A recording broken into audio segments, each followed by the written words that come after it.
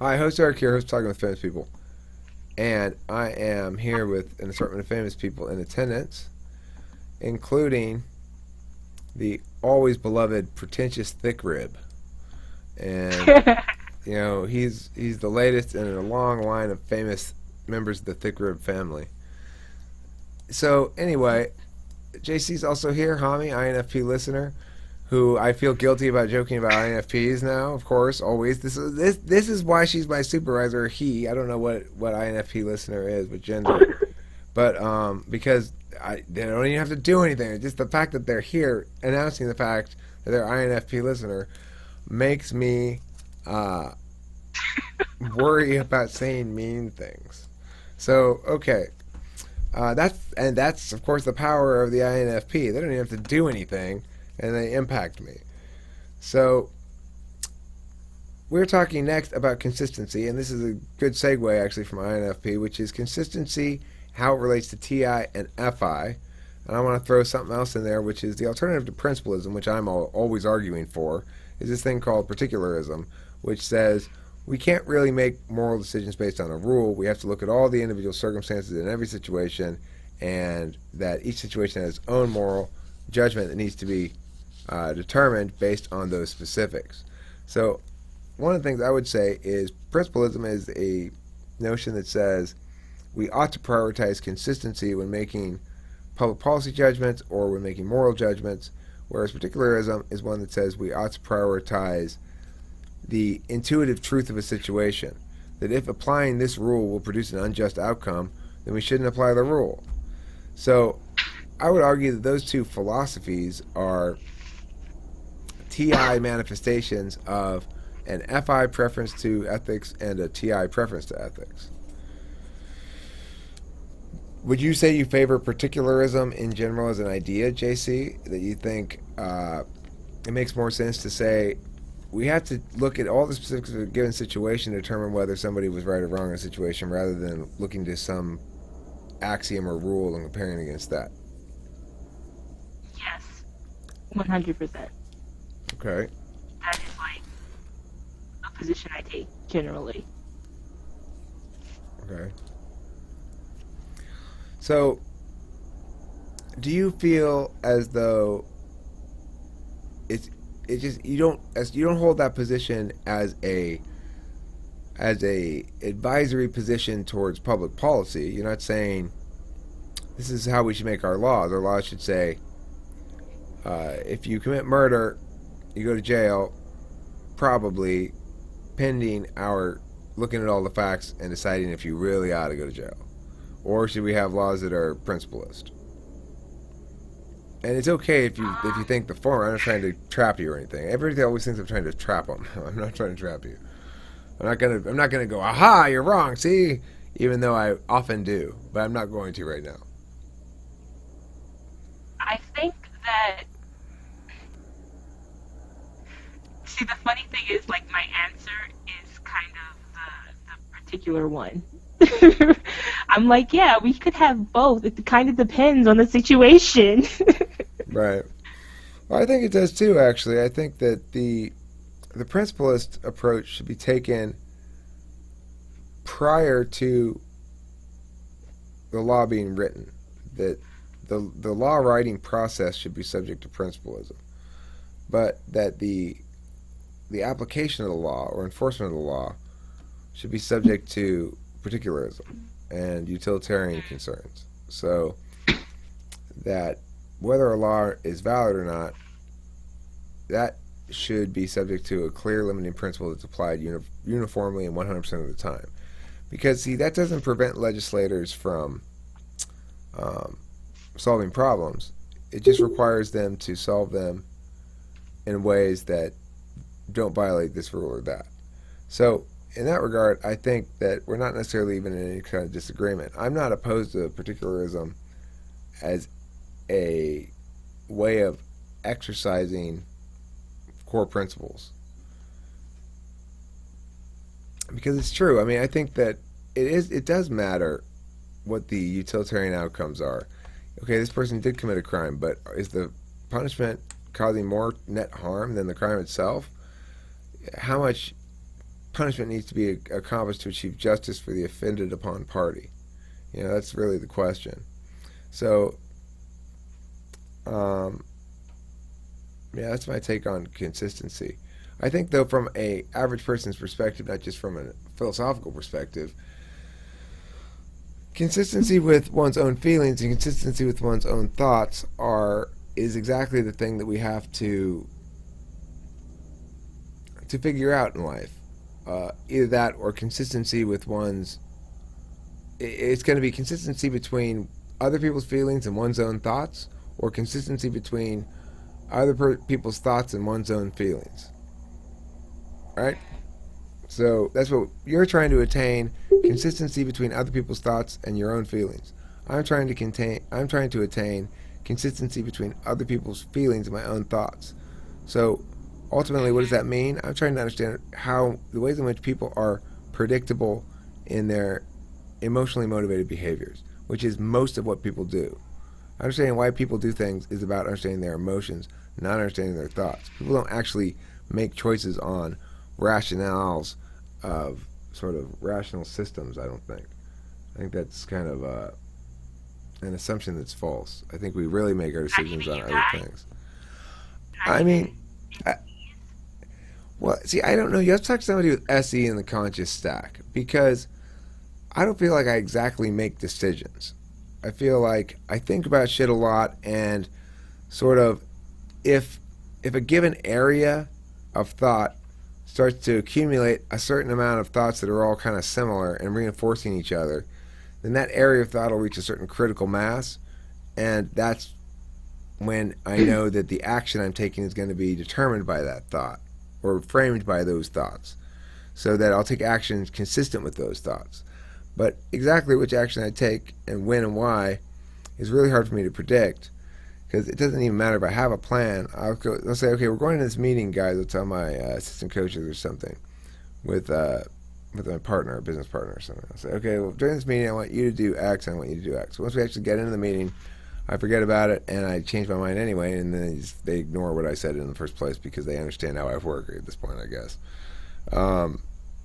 Yeah, it's really difficult for me to say what I'm making a decision about. I think the explanation I gave about there being a certain propensity for some kind of arguments to enter my thoughts, and when they reach critical mass, I think that's the best way to describe my decision-making process. So it's like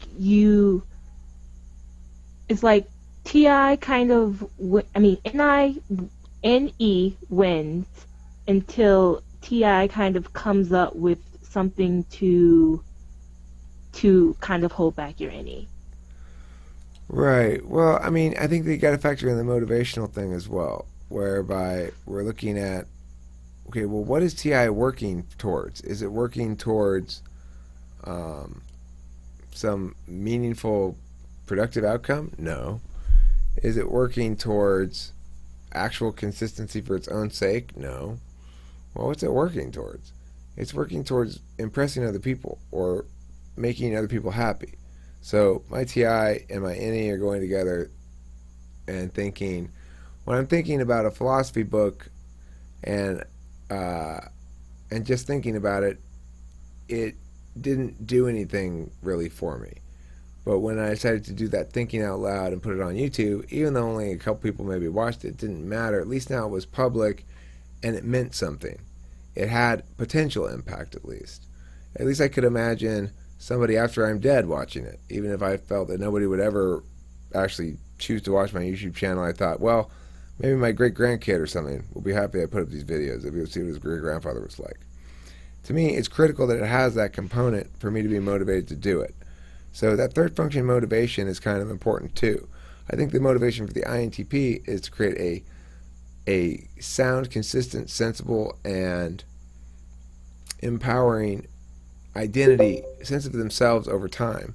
Because I think that's what SI does when it's in the aspirational slot, is that it makes you want to understand the identity you created over the course of your life as a fully realized time object, where your actions, your thoughts, and everything are coordinated in a consistent whole that makes sense. And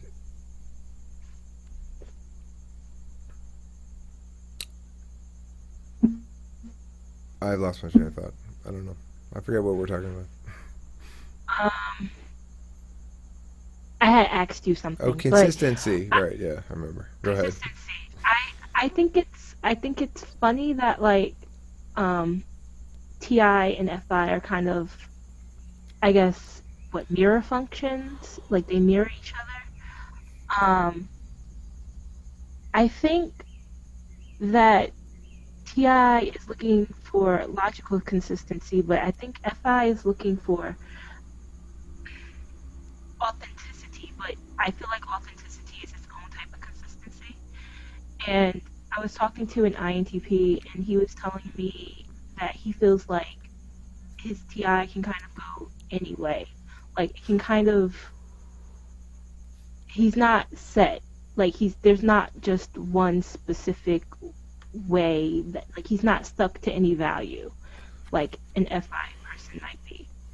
And I was saying it's weird, and I was just like, well, is it because FE, like, is it because FE is so very, I guess, forming and able to transform to different people and things like that, like it's not as set in its values, or is it, I don't know. It was a weird conversation, and I'm trying to figure out, like, is it is it the FETI, is it that X, is that access, is Right, that it is that useless? axis. It is.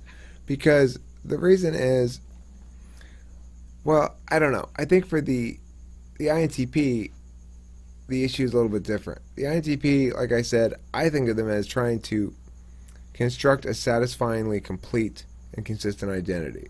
So for them, when they're not ascribing to any particular values, it's because they've not found something that doesn't jog loose when they stomp on it.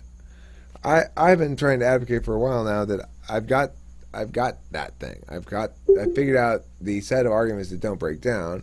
I mean, not that I figured it out, but I've tested it all out, and these are the ones that are left standing. So there's no need to be so committed to relativism. I think one of the best things the INTP could do is to accept the following truth: that to defer judgment on something is to make a judgment in favor of relativism.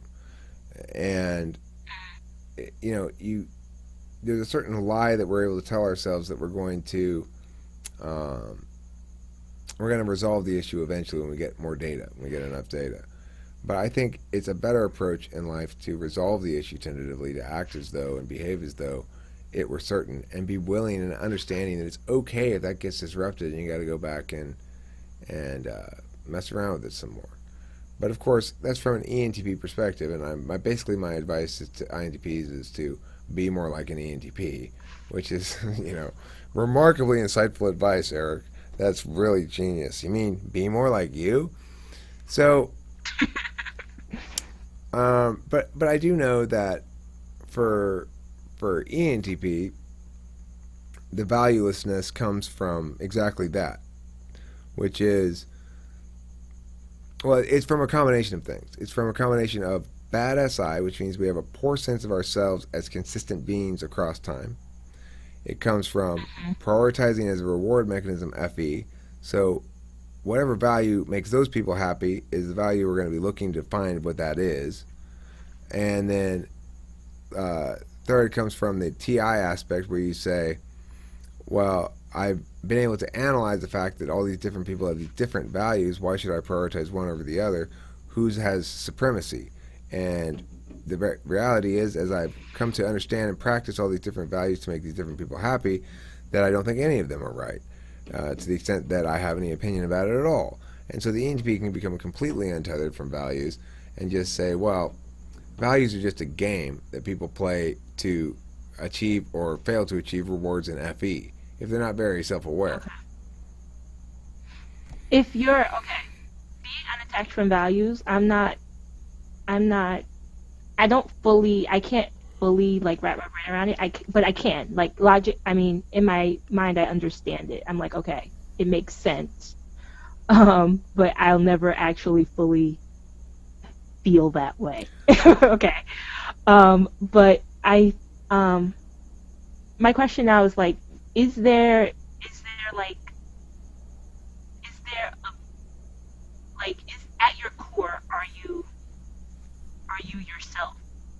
You know what I Well, mean? I was thinking Like, about do this you the other feel day. like you're I here's still at the the end of the day that you're one being, one consistent person? yeah.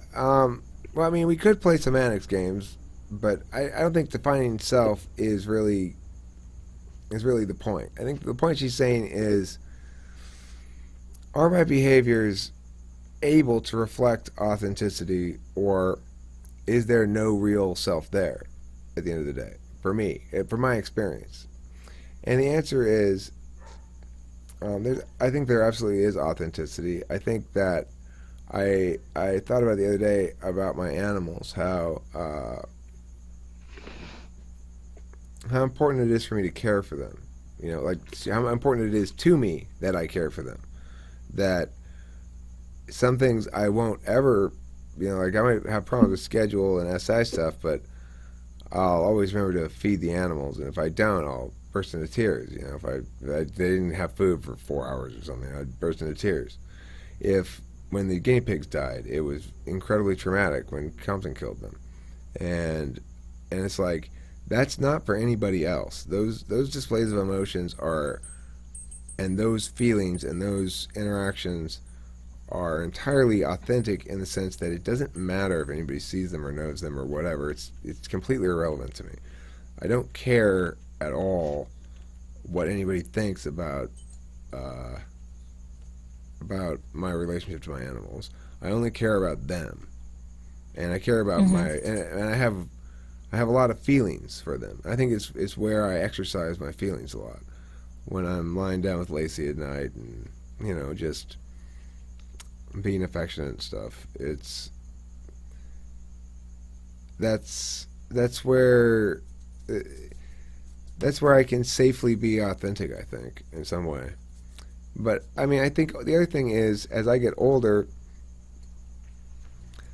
there's I'm more able to recognize that there's a metric there that I can say, okay, yes, it's consistent with your thoughts.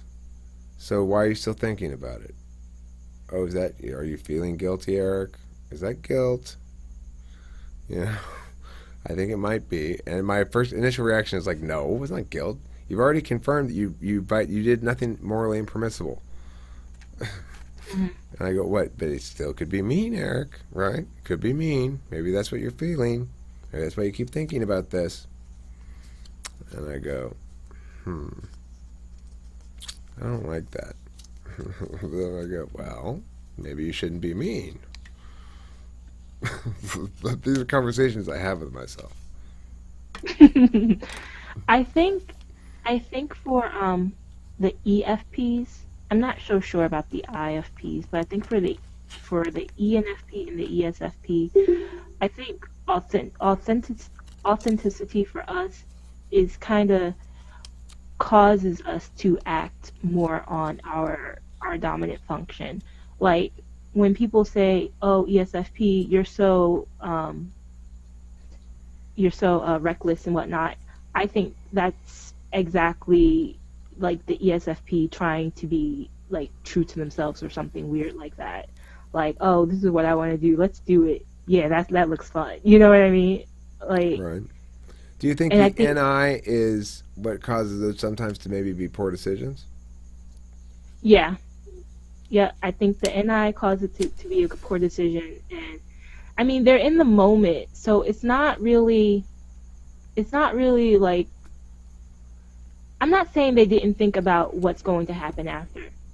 They're just more they're more wrapped up in the adrenaline rush. Like that's going to be really fun. Like, and they think that that's going to outweigh whatever negative consequences might arise at the end. Well, and it's because they're proceeders along a path. They're proceeding along the path. They're not path checkers or path predictors. They'll worry about what the path is they have to proceed on when they get to that part at the end, And afterwards they go, Yeah, okay, well, now what path am I on? Oh wait, I I don't do like think this path. I do think about like how things might end up. It's not that I don't ever think about the. I mean, you have to think about the future in some sense. You know what I mean? You can't not think about it. Right, and we do think about it. It's just a matter of, for you, you're thinking about it as intuitively understanding that, deep down your fourth function's going, hey, JC, don't mountain bike down this rocky cliff. That's a bad idea.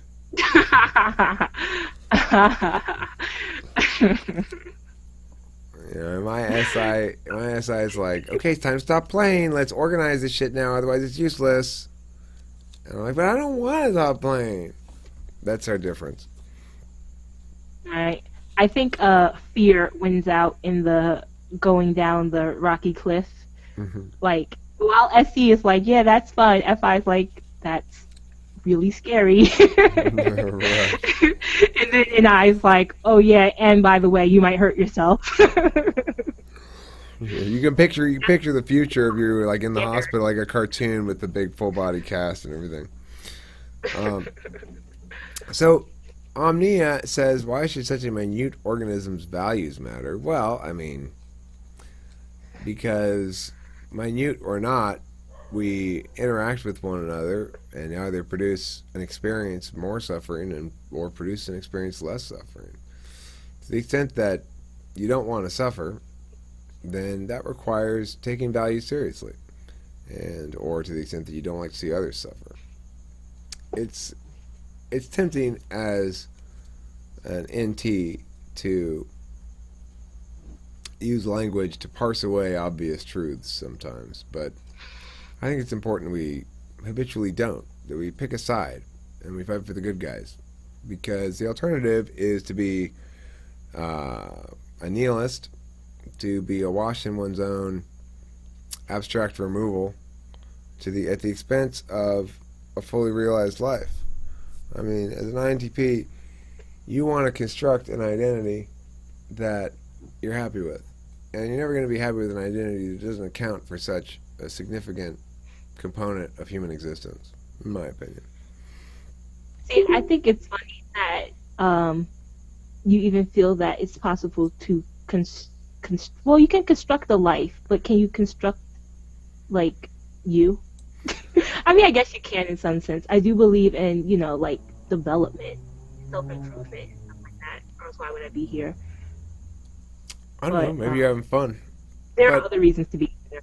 but what I But would say is this: I really feel the truth of that statement for me, because I know that how oblivious I was and continue to be about my own nature.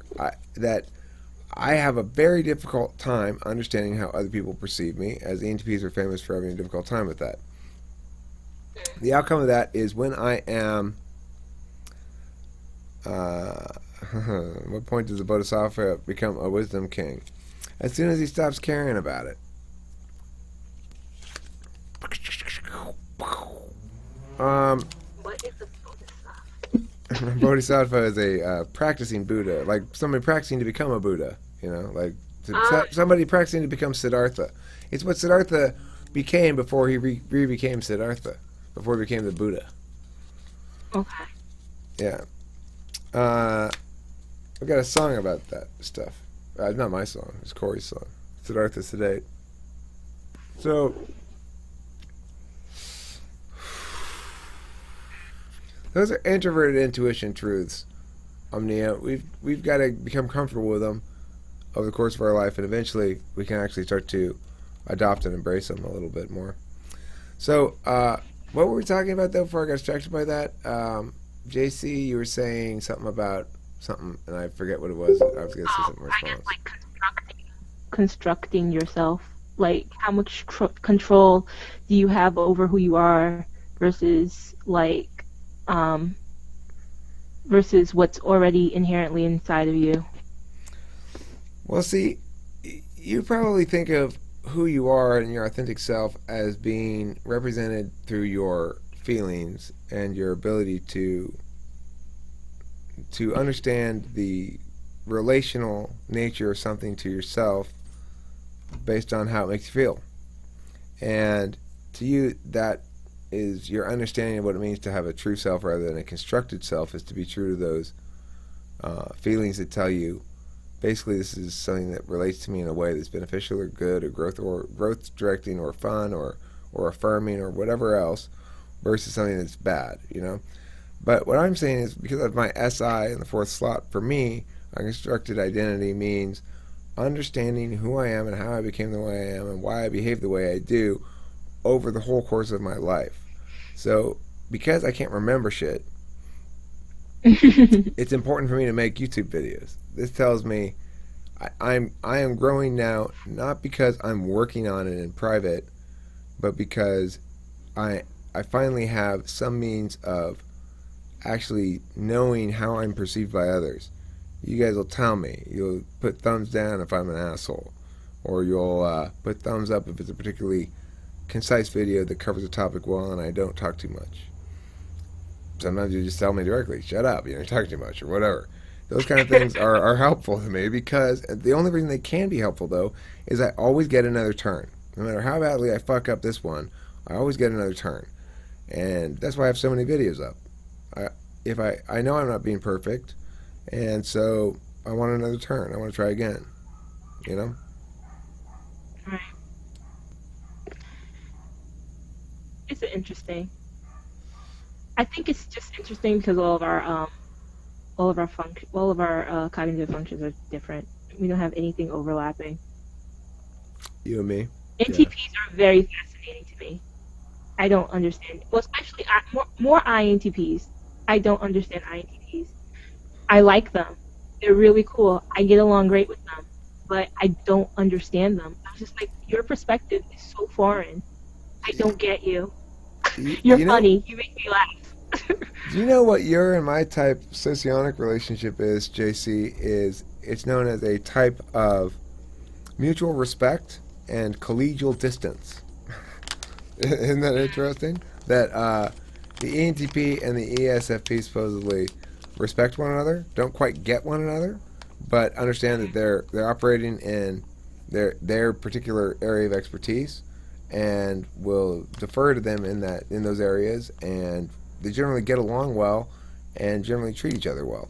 So I think that's an interesting kind of relationship to just make distinctions regarding. I think some people do understand INTPs. I just don't think. I think I have a particularly hard time understanding INTPs. I think like ENFPs understand you guys so much better. It's that NE. Yeah, well, NE is a little bit of a challenging one, I agree. Okay, well, let's end this video. This has been a really good one. I've enjoyed chatting with JC a great deal, and I'm enjoying displaying collegial mutual respect with her, as is our Socionics type interface. And I hope you enjoyed watching it. It was 28 minutes and 27 seconds of pure gold.